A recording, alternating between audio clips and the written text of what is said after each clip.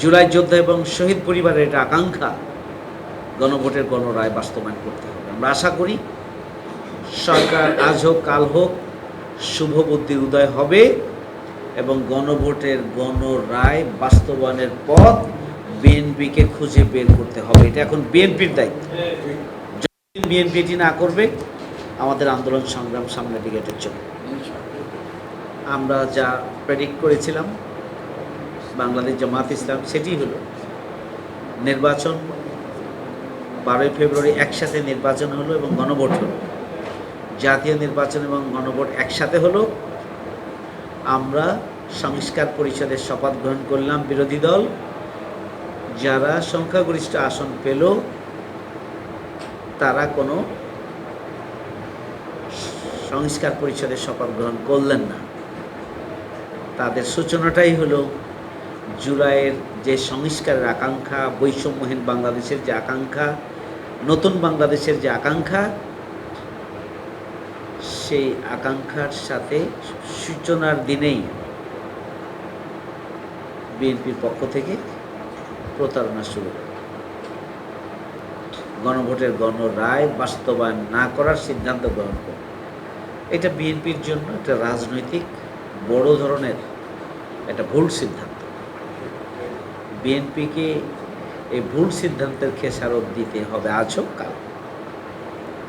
বাংলাদেশের অন্তর্বর্তীকালীন সরকার বলি, আমাদের রাজনৈতিক নেতৃবৃন্দের বিদেশ থেকে দেশে আসা বলি, আর জেলখানা থেকে রাজপথে আসার এই সুযোগের কথা বলি, সব সুযোগিত হয়েছে জুলাই গণঅভ্যুত্থানের কারণে। জুলাই গণঅভ্যুত্থান না হলে এই দুঃস্বপ্নই থেকে যেত এটা।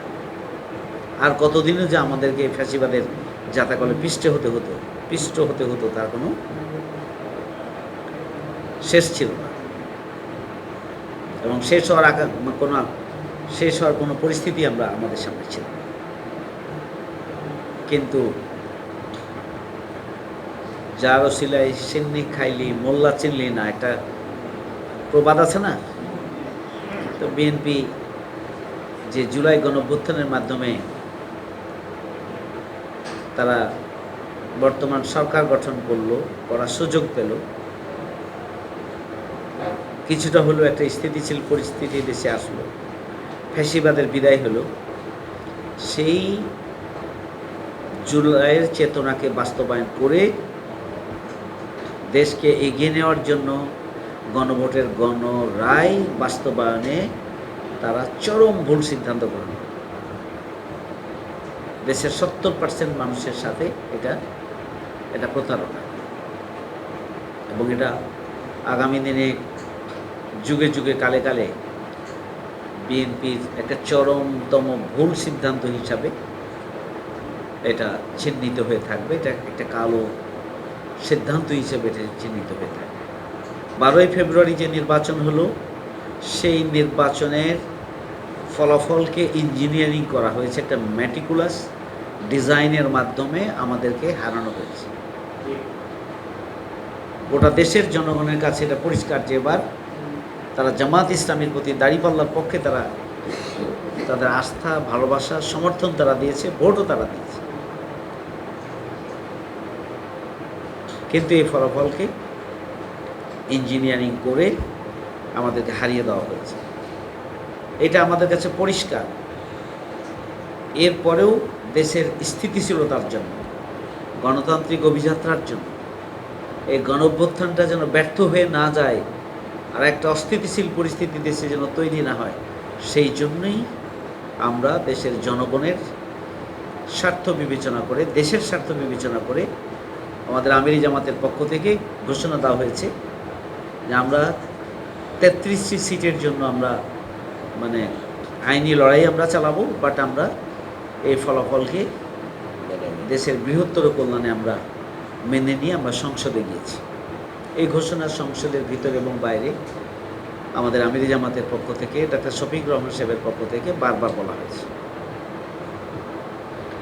আমাদের পরিষ্কার বক্তব্য, আমরা বাংলাদেশে পজিটিভ পলিটিক্স করতে চাই, ইতিবাচক রাজনীতি করতে চাই, আমরা ওয়েলফেয়ার পলিটিক্স করতে চাই।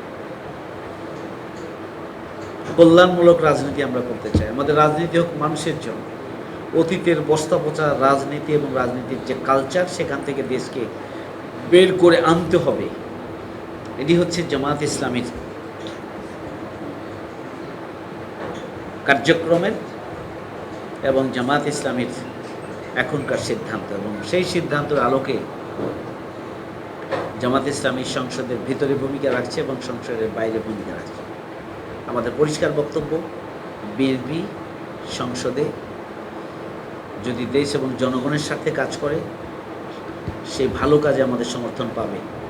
যদি দেশ এবং জনগণের বাইরে তাদের কোনো তৎপরতা থাকে সংসদের ভিতরে বাইরে যেখানেই হোক না কেন, সেক্ষেত্রে আমরা বিরোধিতা করব, সংসদের ভিতরেও বিরোধিতা করব, সংসদের বাইরেও আমরা বিরোধিতা করব এবং জনগণের পক্ষে আমাদের আন্দোলন সংগ্রাম আমরা চালিয়ে যাব।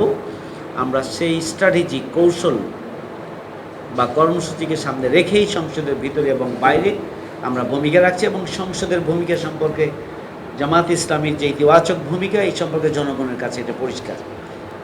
যেহেতু গণভোটের গণরায় বাস্তবায়ন করা হলো না, 70% মানুষের মতামতকে এখানে উপেক্ষা করা হলো, সেহেতু আমরা সংসদের ভিতরে সেটি নিয়ে আমরা কথা বলেছি, ভূমিকা রেখেছি। আর সংসদের বাইরেও আমাদের আন্দোলন কর্মসূচি চলছে এবং এটা চলবে যতদিন দাবি আদায় না হবে, গণভোটের গণরায় বাস্তবায়ন না হবে, ততদিন সংসদের ভিতরে এবং বাইরে আমাদের ভূমিকা, তৎপরতা আমাদের অব্যাহত থাকবে। এটা আমরা ছেড়ে দেব না। এটা জনগণের অধিকার, এটা 18 কোটি মানুষের এটা প্রত্যাশা, দাবি, জুলাই যোদ্ধা এবং শহীদ পরিবারের এটা আকাঙ্ক্ষা যে গণভোটের গণরায় বাস্তবায়ন করতে হবে। আমরা আশা করি সরকার আজ হোক কাল হোক শুভ বুদ্ধির উদয় হবে এবং গণভোটের গণরায় বাস্তবায়নের পথ বিএনপিকে খুঁজে বের করতে হবে। এটা এখন বিএনপির দায়িত্ব। যতদিন বিএনপি এটি না করবে, আমাদের আন্দোলন সংগ্রাম সামনের দিকে এটা চলবে।